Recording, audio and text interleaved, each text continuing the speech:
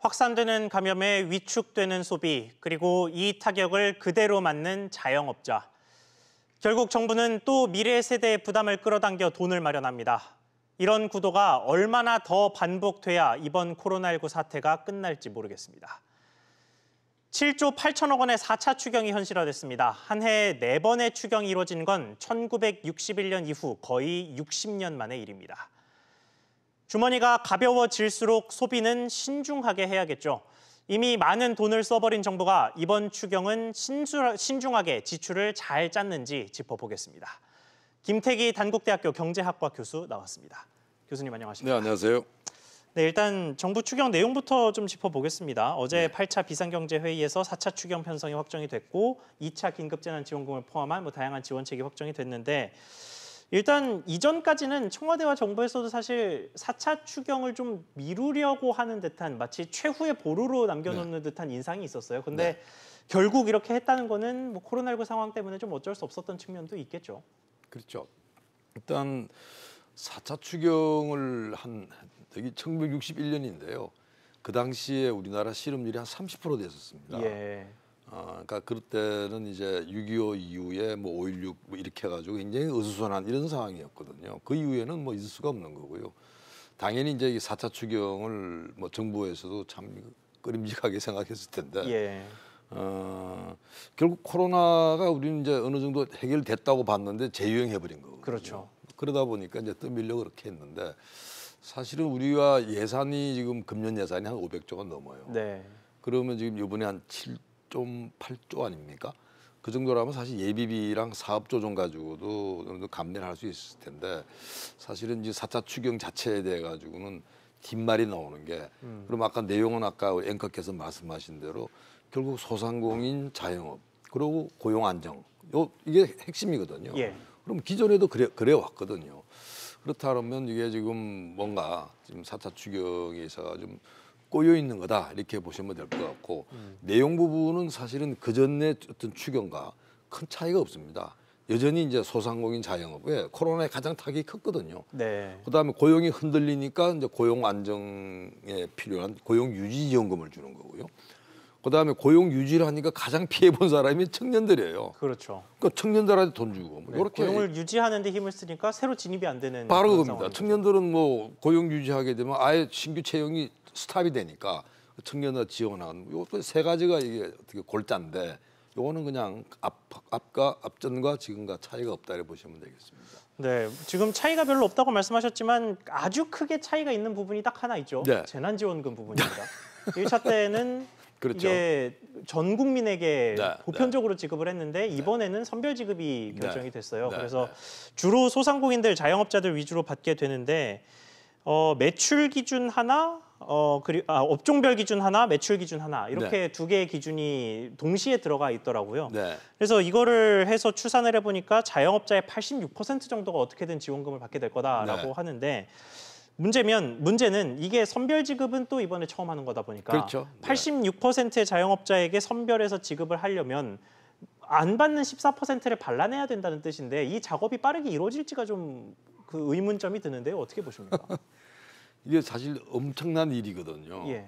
그러니까 요번에 이제 이 선별 지원을 이렇게 나왔을 때 선별 지원했으면요 어떤 방식으로 했어야 되냐 그러면요 이건 당연히 지자체가 돌아야 됩니다.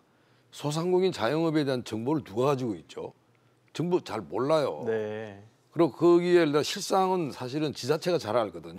서울은 서울시장, 서울시가 이렇게 이런 식이거든요. 예. 근데 이번에 선별 지원 경우도 똑같이 이제 중앙정부에서 다 이렇게 하다 보니까 자영업이 예를 들어 86%가 커버가 된다 하더라도 그냥 이 사각지대가 많이 생길 거고 그다음에 형평성 문제가 막 생길 거다.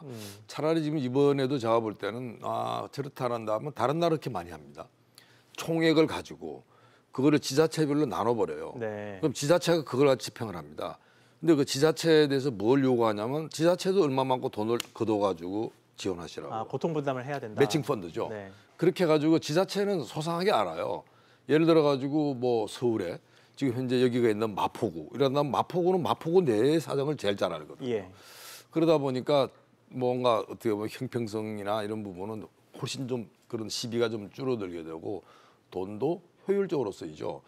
그래서 사실 이번에 4차 추경하고 아까 앵커 말씀하신 대로 이번에는 선별이 들어가지 않았습니까? 그 네. 말씀인데 사실은 그 선별이라고 하는 부분은 결국 이 지자체가 굉장히 역할을 해야 되는데 사실은 이쯤에 보게 되면 그냥 지자체가 뭘 하는지 모르겠어요. 대한민국은 다 이 정부 청와대밖에 없는 것 같은데요. 사실은 지자체가 지금 띄워줘야지 소상공인이나 자영업하는 분들이 좀 풀릴 겁니다. 네, 지금 지자체 말씀을 하셔서 갑자기 생각난 질문인데요. 네. 이재명 경기도지사는 지자체 중에 그래도 존재감이 좀 있습니다. 네. 뭐 어제 지방채를 발행하겠다 뭐 이런 얘기까지 했는데 뭐 물론 확정은 아니고 예, 논의 중이다라는 식의 예, 뉘앙스이긴 했습니다만 예. 뭐 이재명 지사 식의 뭐 지방채 발행을 해서 그 도민들 전원에게 혜택을 주겠다 뭐 이런 식의 대응 방안은 좀 어떻게 보십니까? 저는 이렇게 봐요. 뭐 이재명 지사는 이제 그런 쪽에 서 있는 분이에요.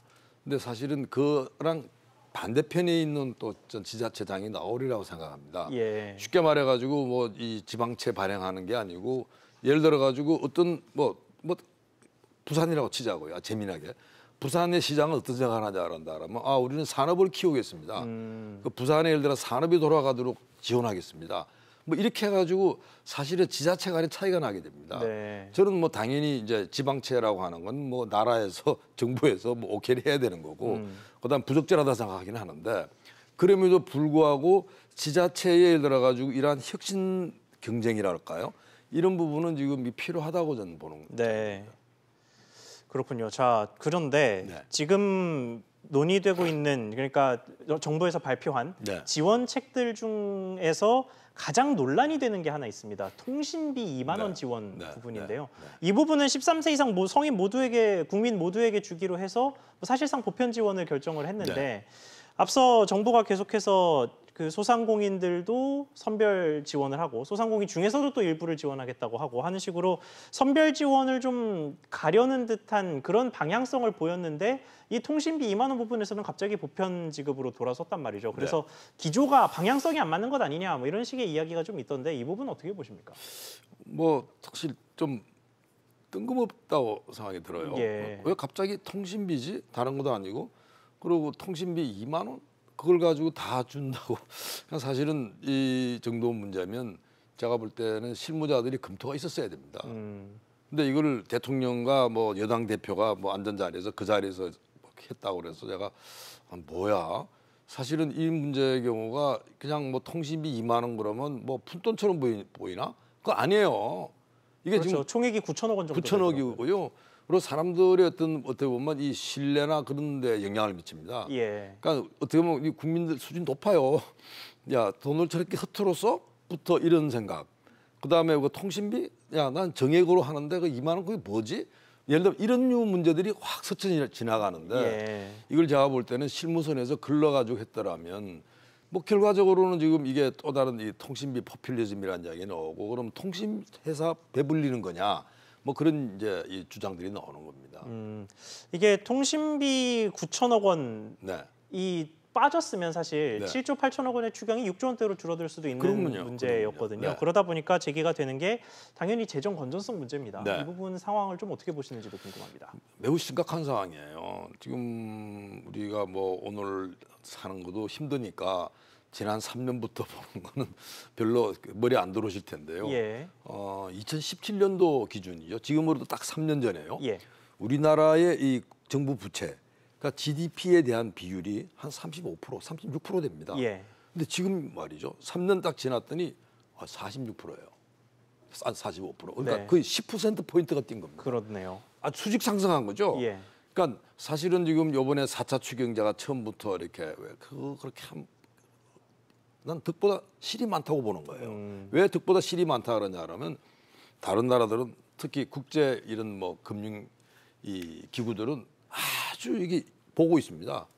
이미 지금 IMF나 피치 이런 데서는 경고를 했거든요. 예. 당신네들 재정 적자 속도가 너무 빨라, 재정 악화 속도 너무 빨라 경고를 한 상황이거든요. 네.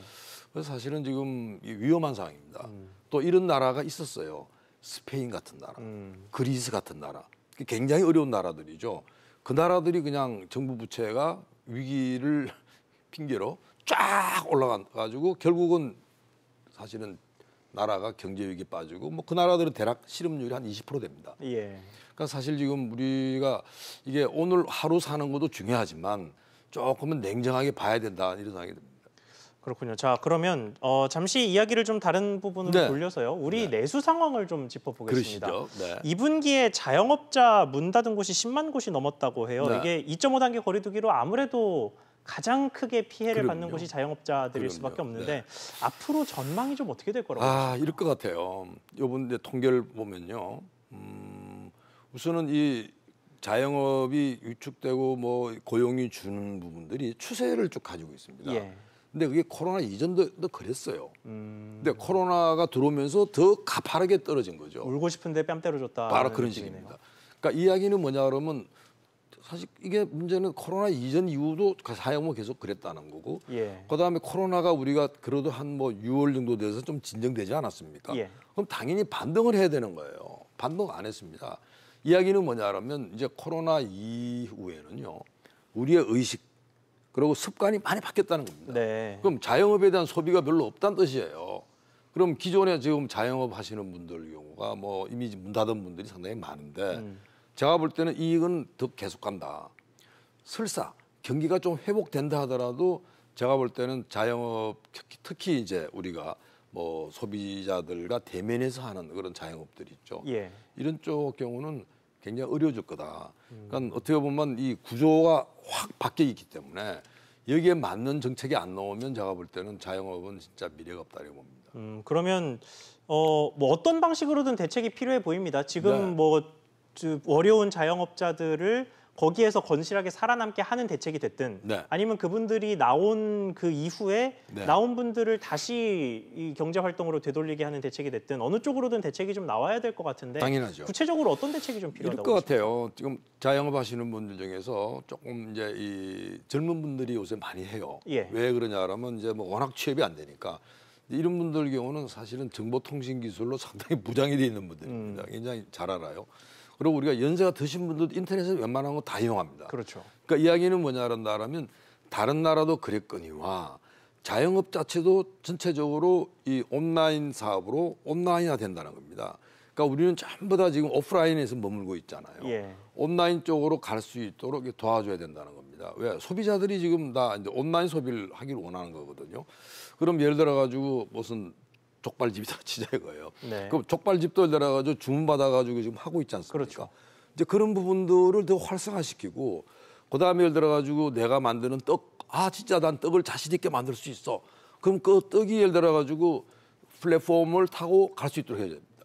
그러니까 문제는 현재 플랫폼에 가게 되면 수수료 내세요. 그렇죠. 근데 자영업자한테는 예를 들어 가지고 뭐 이게 공공적인 그런 쪽에서 거의 수수료 거의 없어. 그거 가지고 예를 들어 싸게 한다면 충분히 가격 경쟁력도 한번 가져볼 수 있다. 그래서 제가 볼 때는 자영업은 발상의 전환을 해라. 그리고 특히 예를 들어 기술 혁신이라고 하는 거는 자영업이 절대로 같이 가야지 그거를 따로 떨어지게 되면 자영업은 무너진다는 겁니다. 그럼 그게 맞춰가지고 일자리 사업, 일자리 정책 싹 바뀌어야 됩니다.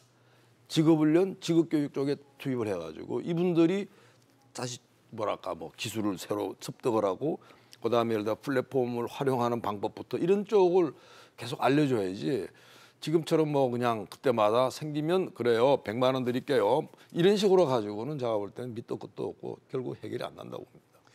네, 알겠습니다. 오늘 말씀 여기까지 듣겠습니다. 지금까지 김태기 단국대학교 경제학과 교수와 이야기 나눠봤습니다. 교수님 오늘 말씀 감사합니다. 네, 감사합니다.